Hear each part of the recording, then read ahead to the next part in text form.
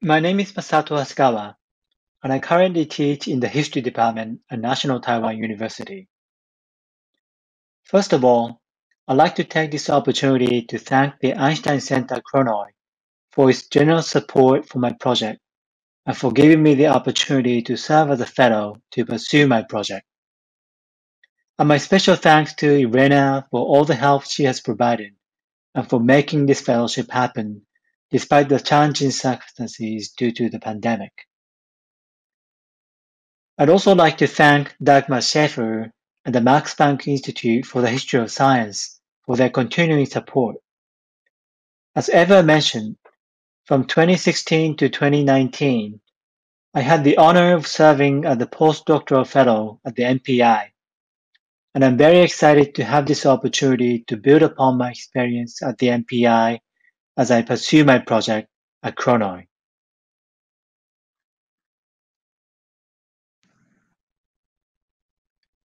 My Chronoi project is titled The Rhythms of War and Farming in Early Modern China and Korea.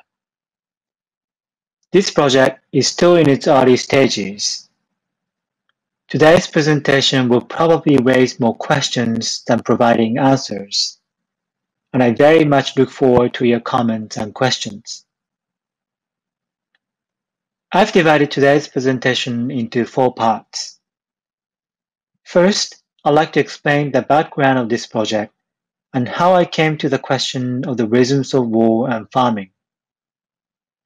Then I'd like to discuss the intersections of war, farming, and time in early modern Northeast Asia, and how they come together and form a research question in the current project. This will be followed by a brief discussion of the spatial context of my project, and I'll sketch the geographical and seasonal features of the Sino-Korean borderland in the 16th and 17th centuries. I will then conclude with some preliminary thoughts about my current project. Now, let me first briefly explain the background of my project and how I came to study the rhythms of war and farming. In my previous research, I focused on the socio-environmental history of war and logistics in the Sino-Korean borderland of the 16th and 17th centuries. In this period, this region, astride the Yadu River, saw a number of major cross-border wars which left behind a devastating impact on the region's society and the lives of ordinary people. They include the Japanese invasion of Korea at the end of the 16th century, and 2 Manchu invasions of Korea were also launched in this region in the 1620s and 1630s. One important consequence of these regional conflicts was that they generated a considerable amount of documentation about the Sino-Korean borderland and about the region's socioeconomic and environmental conditions, which played a critical role in enabling war mobilization. I examined documents written by Chinese and Korean officials to understand how cross-border wars affected the region's communities, local residents, and environment. I became interested in those primary sources, not only because they allow us to understand how wars were being planned and implemented, but also because they provide a rare window into the lives of ordinary people and their living conditions in the Sino-Korean borderland in the early modern period. They tell us, often in vivid detail, how local residents and communities came into contact with state bureaucracies in times of war. In the absence of military tension or emergencies, it was not common that detailed descriptions of communities so far away from the centers of political power entered state records. But precisely because of military needs, state officials of both China and Korea were dispatched to the region and reported what they observed and what they considered to be challenges that had to be overcome. While we have few records written directly by local residents themselves, those wartime records still help us understand how people are living, how they were engaging in farming, and how they were transporting grain and other goods in the border region. In short, those records help us understand the nature of the interactions between local society and the state in the Sino-Korean borderland in the early modern period. My interest in such interactions between society and the state led me to a few separate but interrelated inquiries. For example, I studied the role of commerce and merchants in military logistics in the Sino-Korean borderland and found that Chinese merchants were invited to travel to the region as part of the state efforts to procure and transport grain and grass fodder for horses. My research also led me to the question of material mobility, and I studied the role of animals and cart vehicles in local transport, as well as calculations in an effort to identify the most efficient, reliable transport method. What I discovered in this study is the tension between the state's military needs and local society. In times of war, the same resources such as horses, oxen, and human labor were in demand for both military and daily use, and the state and local society in effect had to compete with each other to meet their own needs and achieve their own objectives. If war mobilization removed labor and tools from farming, local residents had to find alternative ways to ensure that agricultural production continued. These questions eventually led me to the theme of farming and labor, and this is closely connected to the main questions of my Chronoi project. Wartime discussions concerning animal and transport technologies were often placed in the context of farming. An inquiry into military logistics can illuminate some of the practical aspects of farming and problem solving. If the state and local communities had to compete for the same resources for the conduct of war and farming, that meant that they had to find a reasonable and practical balance in the allocation of labor and resources. In the long run, it was also in the state's interest to ensure agricultural production continued without disruption. But such long-term consideration had to be measured against the more immediate and short-term needs of providing for soldiers so that they could defeat the enemies. As I studied these questions, I became greatly interested in the question of time in farming and war-making in the Sino-Korean borderland. In this border region, state bureaucracies and local society appear to have brought their own sense of time, and in particular, the sense of timeliness and appropriate timing in the conduct of war and farming. How was the seasonal nature of farming understood in this region? And when war seriously disrupted farming, either directly or indirectly, how were the needs of war and farming negotiated both at the local and state levels? These questions laid the foundation for my Chronoi project. Now, let me move on to the second part of my presentation about the intersections of war, farming, and time in early modern Northeast Asia. The image shown on this slide comes from a well-known 17th century Chinese treatise called Tiangong Kai-wu, which has been translated as Exploring the Works of Heaven. This illustrated treatise, printed in 1637, presents a wide array of information about agriculture, mechanical devices, and artisanal craftsmanship. The illustrations shown here depict two farming scenes. The one on the right is captioned Yun or weeding, and the one on the left is captioned Zu or hoeing up earth after applying manure to the fields. This book is one of many technical treatises produced in early modern China, and they have generated over the years a number of important and fascinating studies about the specificities of scientific and technological knowledge discussed in those texts, and more broadly, about the development of science and technology in pre-modern and early modern China.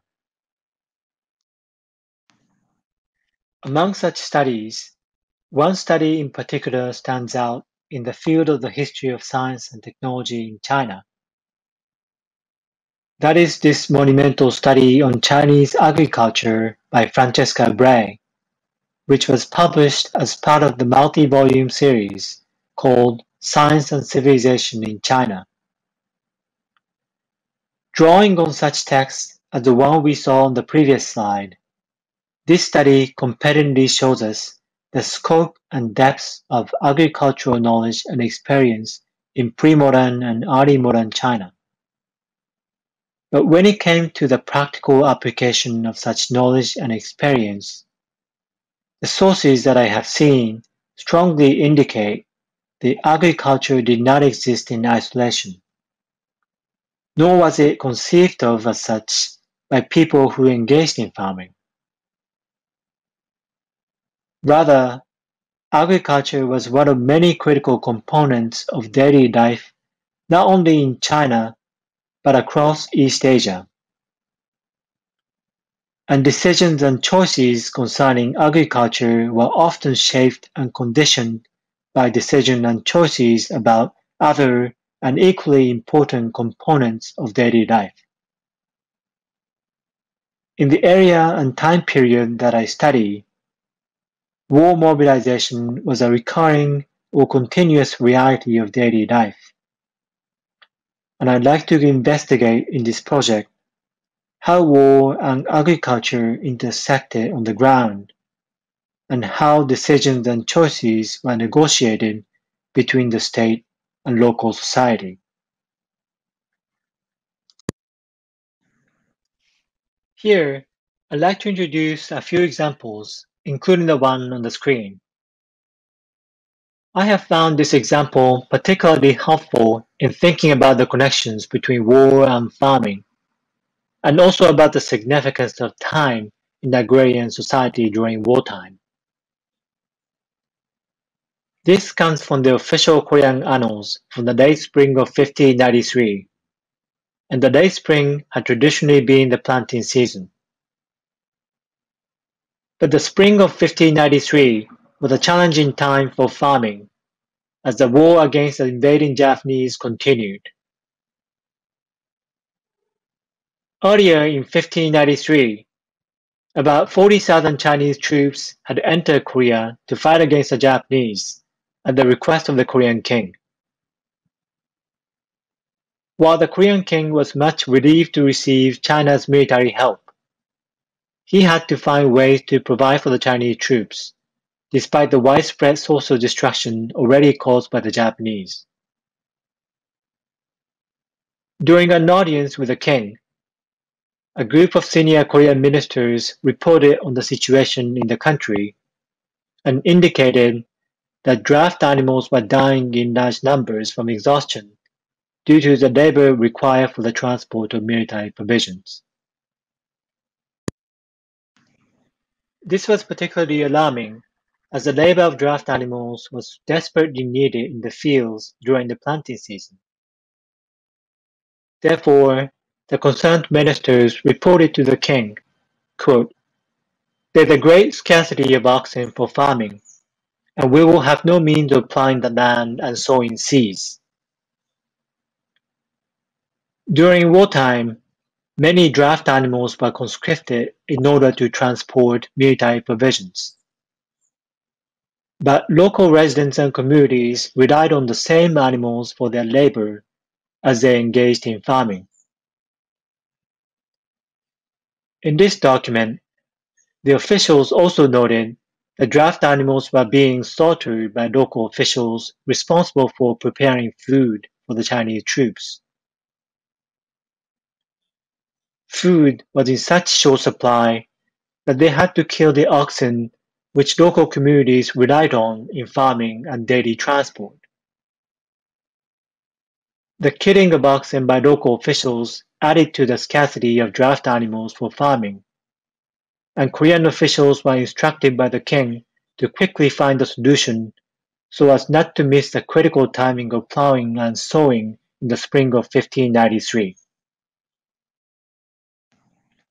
The next example also comes from the official Korean annals, but from the early summer of 1598, about 5 years after the previous example. The war against the invading Japanese was still raging, and Chinese troops remained in Korea as they fought alongside the Koreans against the Japanese. In communities across Korea, the transport of military provisions, which was necessitated by the defense effort, had almost depleted their labor and material resources. This entry in the Korean annals documents the dire situations not only in the areas that were being directly affected by the fighting, but also behind the front lines. This example concerns Hwanghae province, which was located in the northwestern part of the Korean peninsula. By this time, the fighting against the Japanese was mostly concentrated in the south, and not in Hwanghae province. But the continuing war mobilization was seriously affecting the region's agricultural production. During an audience with the king, a senior minister reported as follows, quote, "The morale of the people of Hwanghae has dramatically declined, and they have lost the will to engage in farming. This is because of overland transport." This official then requested to the king that the method of overland transport be suspended and that the government implement alternative methods which would free local residents from conscripted labor and allow them to return to farming. Now I'd like to quickly turn to the spatial context of my project and discuss the geographical features of early modern Northeast Asia. The geographical region I will be focusing on in my project is the border region between today's China and North Korea, with the border marked by the Yalu River. On the Chinese side of the border, this area includes the provinces of Liaoning and Jilin, and on the North Korean side, it extends to the provinces of North and South Pyongan and Hwanghae provinces. It has been pointed out that the region's territorial boundaries do not necessarily correspond to its ecological boundaries, and scholars have proposed that the history of this region should be examined as a continuous space, rather than as a collection of two separate territorial and historical spaces. This is a close-up satellite image of the area near the mouth of the Yalu River, which is now the border between China and North Korea.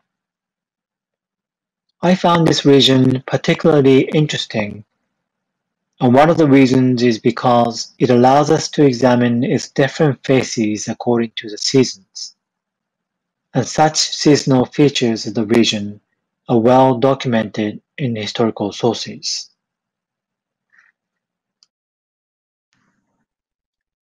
For example, this is a postcard from the Japanese colonial period in the 1930s.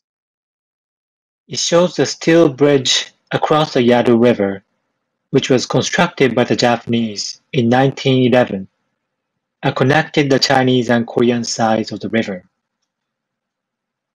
A portion of this bridge could rotate to allow tall ships to pass. And in the back of this picture, we see one section of the bridge being rotated for the passing of ships.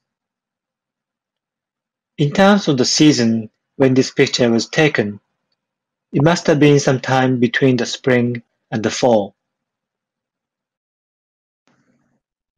In the winter, normally from November or December to March or April, the Yadu River completely flows over and enables people and soldiers to cross the river on foot or by sledge as shown on this postcard. This was also the case in the 16th and 17th centuries, and sources often tell us when the river began to freeze over in the winter and when the ice began to melt in the spring. This seasonal transformation of the river had a tremendous impact on the mobility of people and goods in the region. It also shaped the calculations of time, risk, and cost necessary for crossing the river before and after the construction of the bridge in the early 20th century. We also know that many military decisions were shaped by this region's seasonal transformations. And it is no coincidence that this region often saw military campaigns taking place in the winter months, when soldiers and horses could cross the river without relying on boats. Now let me conclude my presentation by highlighting some of the key themes and questions of my project. My project on the rhythms of war and farming in early modern Northeast Asia sits at the intersections of interconnected analytical approaches, including the history of science and technology, military history, and environmental history. Focusing on the intersections of these approaches allows us to examine the lives of ordinary people in the Sino-Korean borderland in practice. It also allows us to build upon the existing scholarship in both Chinese and Korean history and assess transnational mobility and connections, which were an essential component of daily life in the region. The questions of time and seasonal timeliness provide an exciting and important perspective from which to study daily life and local society in early modern Northeast Asia. I will be analyzing Chinese, Manchu, and Korean sources to understand how the notions of seasonal timeliness were understood and expressed by officials and local residents.